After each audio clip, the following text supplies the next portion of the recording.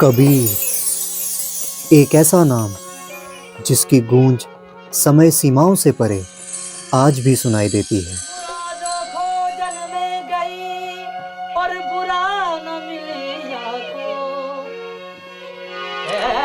अंदर खोजा अपना तो मुझसे बुरा नहीं। जब उनका ज्ञान कानों में पड़ता है तो व्यक्ति हिंदू मुसलमान की संकीर्ण पहचान से बहुत ऊपर उठ जाता है। कबीरा जब हम पैदा हुए तो जग हंसे हम रोए, ऐसी करनी कर चलो तो हम हंसे जग रोए। आज समाज में फैली अराजकता, ऊंच नीच, मजहबी झगड़े ये सोचने पर विवश कर देते हैं कि काश आज कबीर हमारे बीच में होते।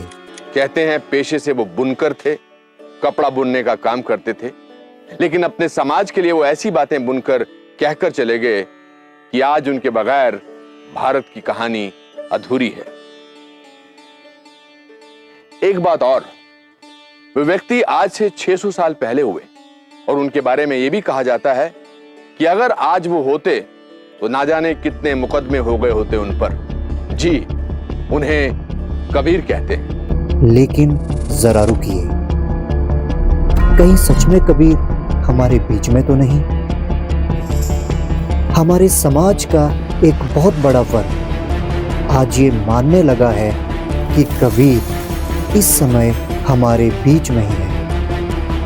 उनकी माने तो संत रामपाल जी, जो अभी हिसार जेल में बंद देशद्रोह जैसे मुकदमे झेल रहे हैं, वही स्वयं कबीर साहिब हैं।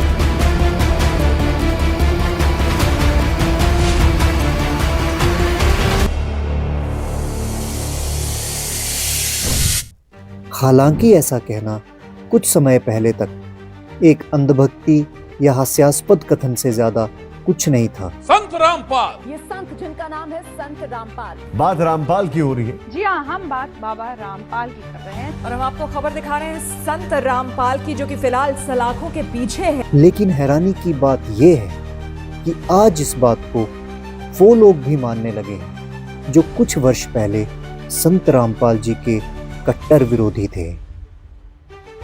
ये माहौल तब बदला जब संत रामपाल जी ने अन्नपूर्णा मुहिम चलाई, जिसमें अपने अनुयायियों के माध्यम से पिछले दिनों बाढ़ से ग्रस्त हरियाणा और आसपास के राज्यों के किसानों को पाइप और मोटर देकर मदद की।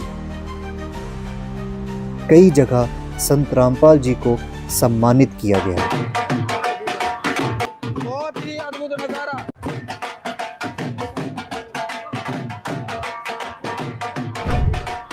लेकिन दूसरी तरफ समाज का एक वर्ग ये सवाल भी उठा रहा है कि क्या केवल सामाजिक कार्यों से, लोकप्रिय हो जाने से कोई भगवान या कबीर अवतार हो सकता है? एक इंसान को भगवान बना दिया, भगवान की परिभाषा इनको कौन बताए जी? आज इसने थोड़े से पाइप देकर, कुछ मोटर देकर किसानों की मदद कर दी। किसान मुसीबत में थे। अगर ये भगवान है तो इससे पहले दानवीर छाजूराम को हम क्या कहेंगे? ठीक है, इस टाइम डूबया पड़ा था, सरकार का काम था, इन्होंने हमारा सहयोग कराया, जनता से लेकर जनता पे पैसा लगाया दिया। अच्छी बात है भाई, कम से कम कोई तो एक आधा तो आया बाबा जिसने हमारा सहयोग कराया, और उनका धन्यवाद। और खप्पा ने भी उनका धन्यवाद कराया। पर ये जड़ा जाम है, और बड़े बड़े प्रोग्राम करे, हर लोगों ने मतलब अपने नए संगठन में जोड़ने की कोशिश करें या मतलब नामदारी बनाने की कोशिश करें।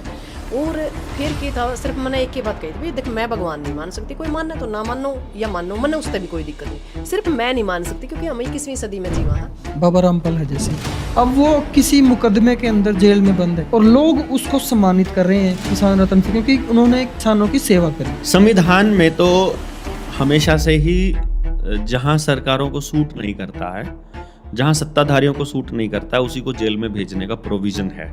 इसलिए संविधान के हिसाब से अगर किसी को सजा हुई है और अगर पुलिस ने वहाँ सबूत प्लांट करिए हों या कुछ भी किया हो, तो मैं उसको भी पूरी तरह से नहीं मानता हूँ। ठीक है भाई, मेरे साथ तो हुआ है, मेरे साथ तो बीती है। रही बात उनको परमात्मा की संज्ञा देने की, और दूसरी बात देखो, बाढ़ आई थी, उन्होंने मोटर, पंप, पाइपें और समाज को बचाने का काम किया। ये तो मैं समझता हूँ हर सामर्थ्यवान व्यक्ति को करना चाहिए। जिनके पास इतनी मैन पावर हो, जिनके पास इतना पैसा हो, उन सब लोगों को ये करना चाहिए। लेकिन इस बढ़ती हुई शिक्षा व्यवस्था के ऊपर बाबा संत रामपाल जी भी नहीं बोले भाई। इस मतलब पूरे गेम के ऊपर, हाँ भ्रष्टाचार के ऊपर बोले हैं, वो खुलकर बोले हैं, मुझे पता है।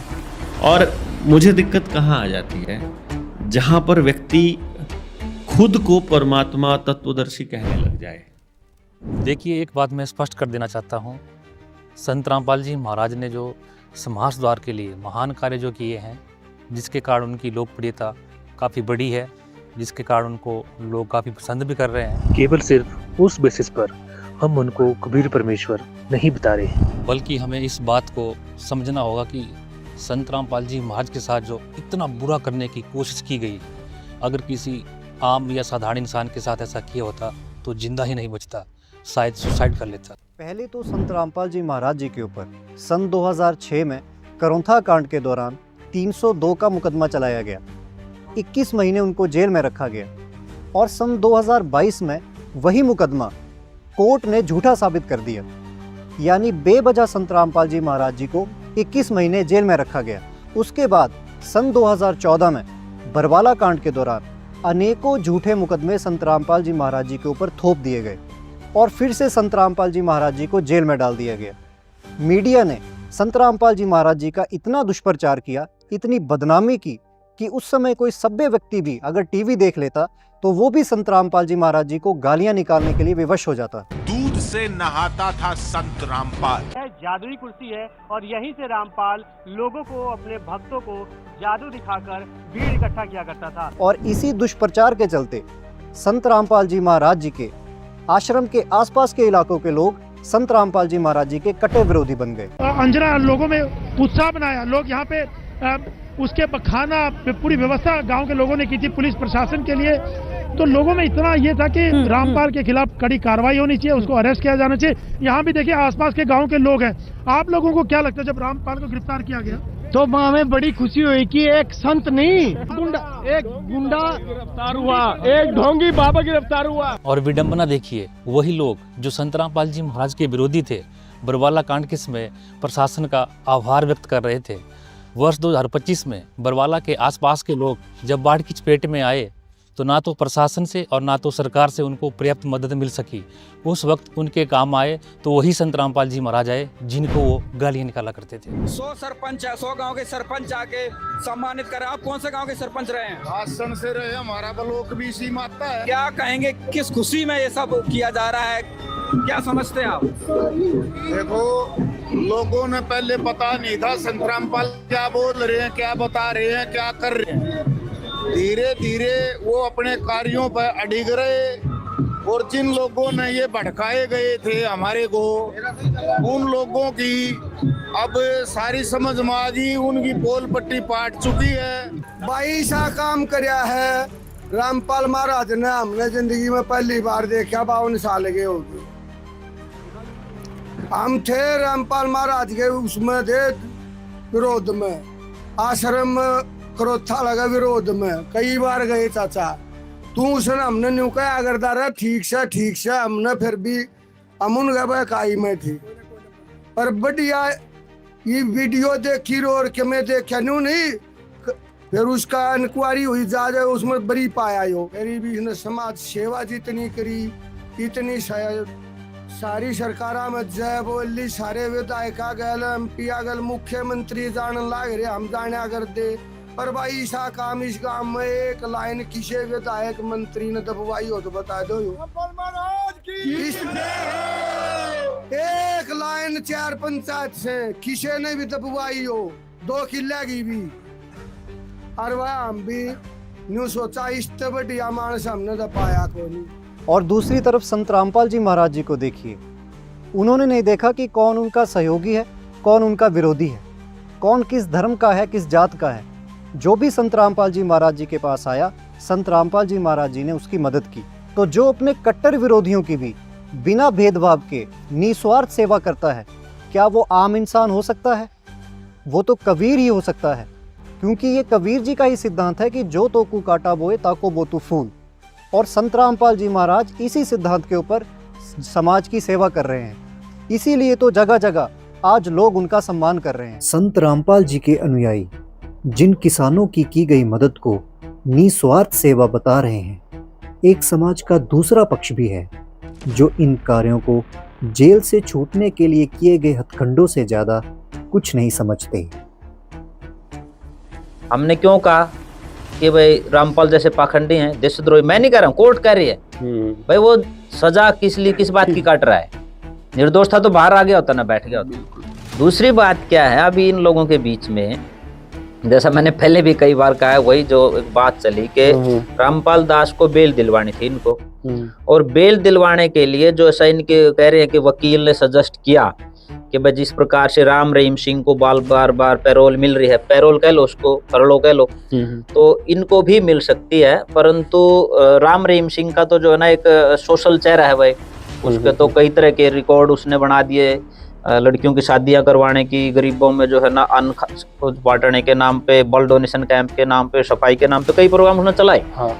और इसलिए उसको ये मान करके भाई ठीक है, तो वो बाहर भी आता रहता बीच बीच में।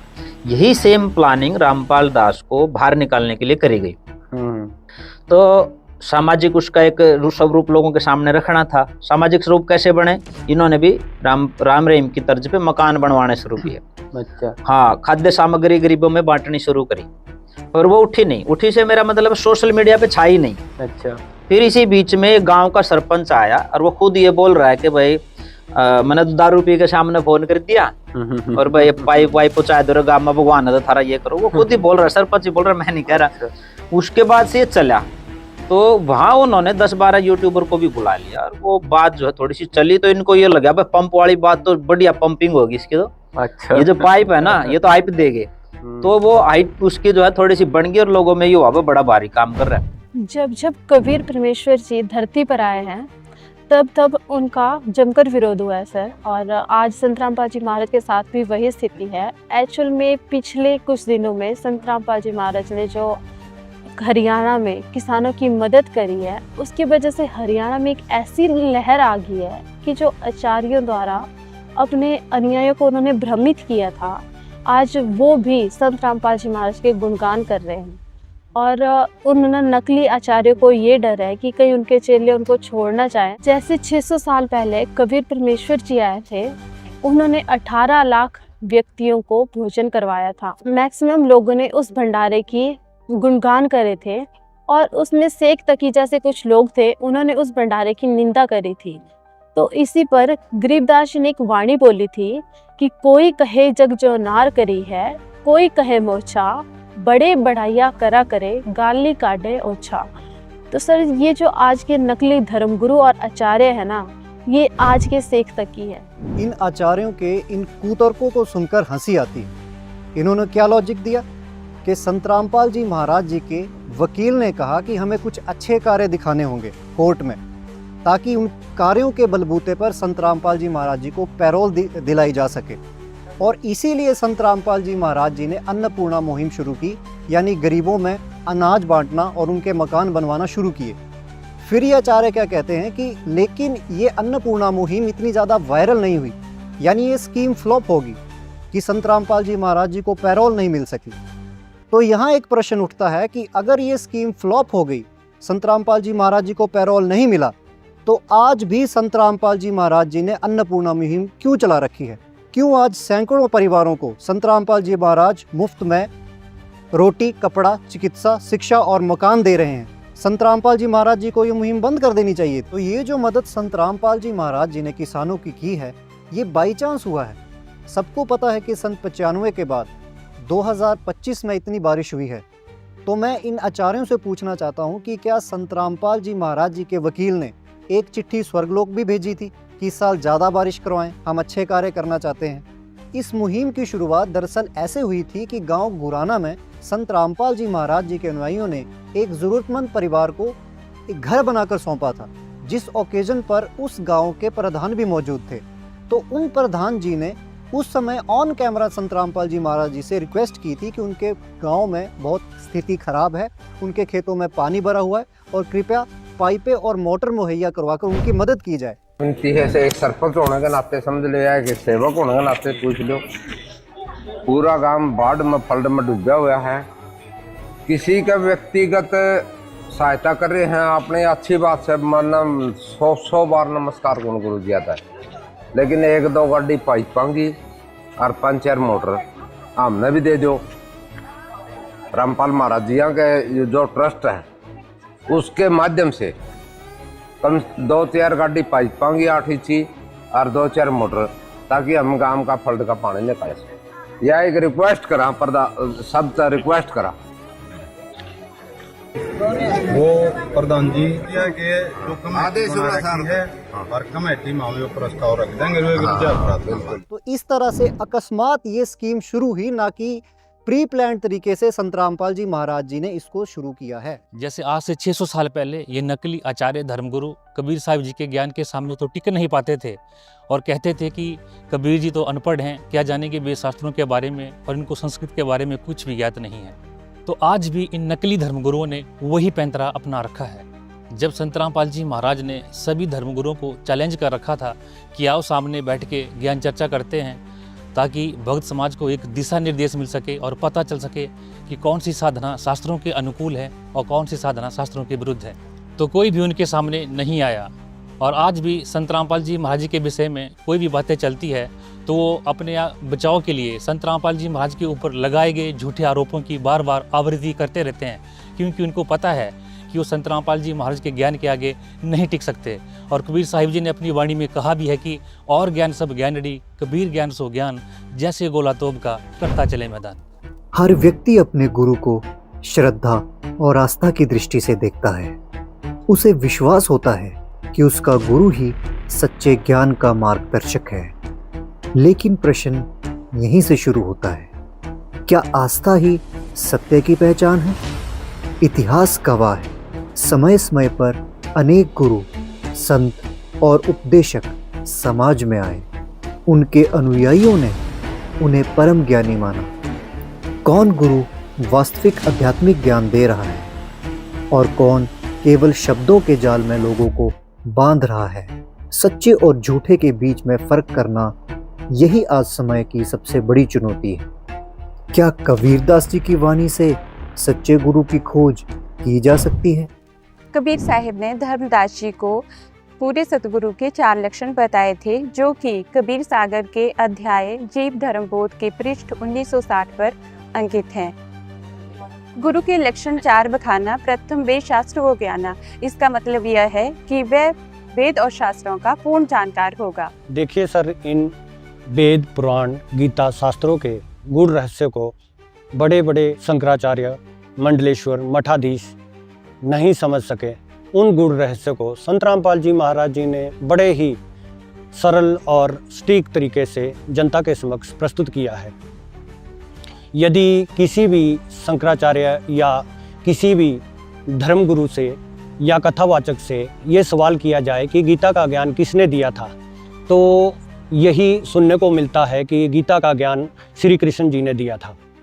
जबकि संत रामपाल जी महाराज जी इसके विपरीत बताते हैं कि गीता का ज्ञान जो है श्री कृष्ण जी में प्रवेश करके काल ब्रह्म ने दिया था, जिसका उदाहरण संत रामपाल जी महाराज जी देते हैं कि गीता अध्याय 11 के श्लोक नंबर 32 में काल ब्रह्म कह रहा है कि हे अर्जुन, मैं बढ़ा हुआ काल हूँ और इस समय सबका नाश करने के लिए प्रवृत्त हुआ हूँ। हमारे जिन धर्म गुरुओं को यही ज्ञान नहीं है कि गीता का ज्ञान किसने दिया है, तो हम उनसे और क्या उपेक्षा कर सकते हैं। हमारे यहाँ नकली धर्मगुरुओं ने गीता जी के विपरीत ज्ञान तो दिया ही दिया है, लेकिन गीता जी के श्लोकों के अर्थों को भी अनर्थ कर दिया हुआ है। जैसे कि गीता जी अध्याय नंबर 4 श्लोक नंबर 32 में ब्रह्मणे शब्द है, जिसका सभी धर्मगुरुओं ने इसका अर्थ वेद किया हुआ है, जबकि संत रामपाल जी महाराज ने गीता जी के इस श्लोक का अर्थ सच्चिदानंद ब्रह्म, पूर्ण ब्रह्म किया हुआ है। इसी प्रकार गीता जी के अध्याय नंबर 7 के श्लोक नंबर 18 में अनुतम शब्द है, जिसका अर्थ जो है घटिया होता है, जबकि सभी धर्मगुरुओं ने इसका जो अर्थ है अति उत्तम बताया हुआ है। इसी प्रकार गीता जी के अध्याय नंबर 18 के श्लोक नंबर 66 में ब्रज शब्द है, जबकि सभी धर्मगुरुओं ने इसका अर्थ जो है आना किया हुआ है और संत रामपाल जी महाराज ने इसका अर्थ जाना किया हुआ है। इससे सिद्ध होता है कि संत रामपाल महाराज जी ने ही गीता जी के सभी श्लोकों का सही अनुवाद किया हुआ है। हमारे धर्मगुरुओं ने तो आज दिन तक हमें यह भी निर्णय करके नहीं बताया कि परमात्मा साकार है या निराकार। कोई कहता परमात्मा साकार है, कोई कहता परमात्मा निराकार है, और तो और कोई यह तक भी कहता है कि परमात्मा साकार व निराकार दोनों हैं। संत रामपाल जी महाराज जी ने हमें वेदों से प्रमाण करके बताया है कि परमात्मा साकार हैं, जिसका प्रमाण इस प्रकार है।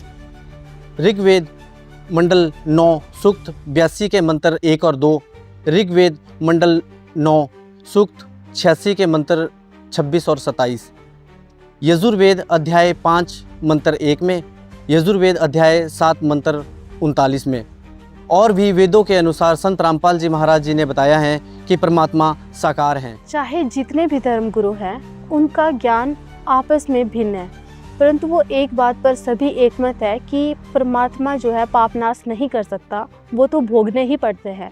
इवन जो कबीरपंथी है, वो जो खुद को कबीर जी का शिष्य बताते हैं, उनकी शिक्षाओं पर चलने वाला बताते हैं, वो भी यही बोलते हैं कि पाप तो भोगना ही पड़ते हैं, वो भोगकर ही नाश किए जाते हैं। लेकिन कबीर जी ने अपनी वाणी में बोला है, जब भी सत्य नाम हृदय धरो, भयो पाप को नाश, जैसे चिंगारी अग्नि की पड़ी पुराने घास। और वैसे ही संत रामपाल जी महाराज जी भी प्रूव करते हैं, अपने वेदों से प्रूव करके बता रहे हैं कि यजुर्वेद अध्याय नंबर 8 के श्लोक नंबर 13 में प्रमाण है कि परमात्मा घोर से घोर पाप को भी नष्ट कर देता है। ऐसे ही ऋग्वेद मंडल नंबर 10 सूक्त 161 के मंत्र नंबर 2 में प्रमाण है कि परमात्मा मृत्यु को प्राप्त व्यक्ति को भी जीवन दान देकर उसे 100 वर्ष की आयु प्रदान कर सकता है। संत रामपाल जी महाराज जी ने वेद और गीता आदि शास्त्रों से सिद्ध कर दिया है कि जिसे हम 600 साल पहले जुलाहा समझते रहे, वो कबीर ही पूर्ण परमात्मा है। इसका प्रमाण ऋग्वेद मंत्र नंबर 9 सूक्त 96 मंत्र नंबर 18 में लिखा है कि उस परमात्मा का नाम कबीर है। ऋग्वेद मंडल नंबर 9 सूक्त 94 मंत्र 1 में लिखा है कि वो परमात्मा कवियों की तरह आचरण करता है और विचरता है। इसी तरह ऋग्वेद मंडल नंबर 9 सूक्त 1 मंत्र 9 में लिखा है कि वो परमात्मा जब शिशु रूप में आता है तो कुंवारी गायों से उसकी परवरिश की लीला होती है। पूरे सतगुरु का दूसरा लक्षण, तुझे हरि भक्ति मम करम वाणी। इसका मतलब है कि पूर्ण सतगुरु परमात्मा की भक्ति मन कर्म वचन से स्वयं भी करेगा और अपने अनुयायियों से भी करवाएगा। उसकी करनी और कथनी में कोई अंतर नहीं होता, वह केवल वक्ता ही नहीं होता। और वर्तमान में ये दोनों ही गुण संत रामपाल जी महाराज में हैं। पूरे सतगुरु का तीसरा लक्षण इस प्रकार है, तीसरे समदृष्टि कर जानी।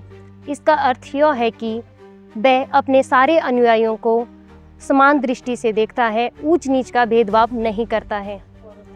देखिए, आप किसी भी धर्मगुरु के सत्संग में जाइए, वहाँ पर आपको वीआईपी सीट्स अलग से मिलेगी और साधारण लोगों के लिए अलग से। और अगर आप ज़्यादा चढ़ावा देते हैं या फिर ज़्यादा पैसे देते हैं तो आपको अलग से स्थान भी दिया जाएगा। और संत रामपाल जी महाराज के यहाँ पर या फिर कोई ऑफिसर हो या फिर कोई मजदूर, सबको साफ एक पंक्ति में समझा जाता है और संत रामपाल जी महाराज के लिए सब एक बराबर है। सतगुरु का चौथा लक्षण, चौथे वेद विधि सब कर्मा, यह 4 गुरु गुण जानो मरमा। जो सच्चा सतगुरु होगा वह सारे भक्ति कर्म को वेदों के अनुसार करता वो करवाता है, अर्थात वो शास्त्रों के अनुसार भक्ति करता वो करवाता है। संत रामपाल जी महाराज द्वारा बताई गई भक्ति शास्त्रों से प्रमाणित है, जिसमें संत रामपाल जी महाराज उदाहरण के तौर पर प्रथम मंत्र, द्वितीय मंत्र और तृतीय मंत्र अपने साधकों को बताते हैं। इसका प्रमाण सामवेद मंत्र संख्या 822 में मिलता है। और संत रामपाल जी महाराज अपने साधकों को दिन में 3 बार भक्ति करने की विधि बताते हैं, जिसका प्रमाण यजुर्वेद अध्याय नंबर 19 और श्लोक नंबर 26 में बताया गया है कि जो तत्वदर्शी संत होगा वो 3 बार में भक्ति विधि बताएगा। और भी इसके अलावा बहुत से ऐसे उदाहरण या प्रमाण मिलते हैं जो कि संत रामपाल जी महाराज द्वारा दी गई भक्ति पर पूरी कसौटी पर खरे उतरते हैं। तो मेरा समस्त विश्व के सभी भक्त बहन भाइयों से प्रार्थना है कि संत रामपाल जी महाराज जो है शास्त्रों से प्रमाणित भक्ति को विधि को बताते हैं। अगर संत रामपाल जी ही वो संत हैं जो कबीर साहब द्वारा बताए गए सतगुरु के लक्षण पर खरे उतरते हैं, तो उनका संत समाज में इतना विरोध क्यों है? चाहे हिंदू धर्म के शंकराचार्य, आचार्य या कथावाचक हों। रामपाल का शटर जो है डाउन हो गया, उसके घर में जाके पूछ रहे हैं कहाँ क्या है, जी तो फिर नाम भी याद आ गया। चाहे मुस्लिम धर्म के मौलवी हों और इस मक्कार इंसान का नाम है सत्य रामपाल जी महाराज। चाहे कबीरपंथी संत हों, उसको ऐसा ही भूत सवार था जैसा भूत आज रामपाल को सवार है। संत रामपाल जी को हर पहलू पर बाकी धर्म गुरुओं से विरोध का सामना करना पड़ा है। और इस नज़रिए से देखा जाए तो संत रामपाल जी कबीर जी की मिलजुल कर सदा प्रेम पर चलने वाली विचारधारा का अनुसरण करने वाले नहीं दिखते। देखिए, ये तो सच्चे संत के साथ होता ही है। ये भी पूर्ण संत की पहचान है कि जब वो पृथ्वी पर आते हैं तो नकली धर्मगुरु राजा और प्रजा को भ्रमित करके उस संत के ऊपर अत्याचार करते हैं, उसका भरपूर विरोध करते हैं। इसीलिए तो कबीर साहब अपनी वाणी में कहते हैं, जो मम संत सत उपदेश दरड़ावे, वाके संग सब राड बढ़ावे, ये सब संतन मेहनतन की करनी, धर्मदास में तो से वर्णी। आज यही संत रामपाल जी महाराज जी के साथ हो रहा है। अगर मैं सीधे तौर पे कहूँ तो संत रामपाल जी महाराज बाकी धर्मगुरुओं के अस्तित्व के लिए खतरा बन चुके हैं, क्योंकि वे जानते हैं कि अगर संत रामपाल जी महाराज जी का सच्चा ज्ञान लोगों तक पहुँच गया तो हमें अपना धर्मगुरु वाला प्रोफेशन ही चेंज ना करना पड़े और हमें कौन पूछेगा। और ठीक वैसे ही हो रहा है जैसे आज से 600 साल पहले कबीर साहिब जी के साथ हुआ था। सिकंदर लोदी बनारस पहुंचा। अब सिकंदर लोदी ना सही उसका कोई सामंत रहा होगा, लेकिन अनंत दास के मुताबिक खुद सिकंदर लोदी बनारस पहुंचा। तो बनारस के हिंदुओं और मुसलमानों के नेता एक ज्वाइंट डेलीगेशन लेकर उसके पास पहुंचे और सब इस बात से परेशान थे कि मुसलमान होकर मुसलमानों जैसा व्यवहार नहीं करता और हिंदुओं के फटे में टांग ऊपर से अड़ाता है।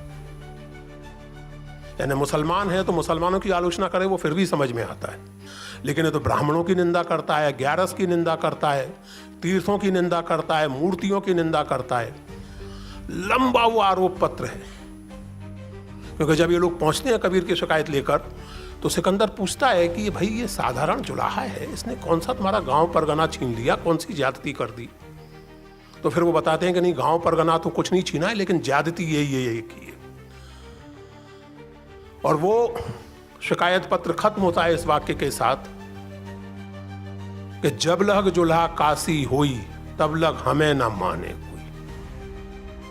जब तक ये जुलाहा काशी में रहेगा हमारी कोई नहीं सुनेगा, इसलिए हे माई बाप इसे काशी से दफा करो। क्या बाकी धर्मगुरुओं के ज्ञान को सीधे तौर पर चुनौती देना ही संत रामपाल जी महाराज जी के जेल में होने का मुख्य कारण है?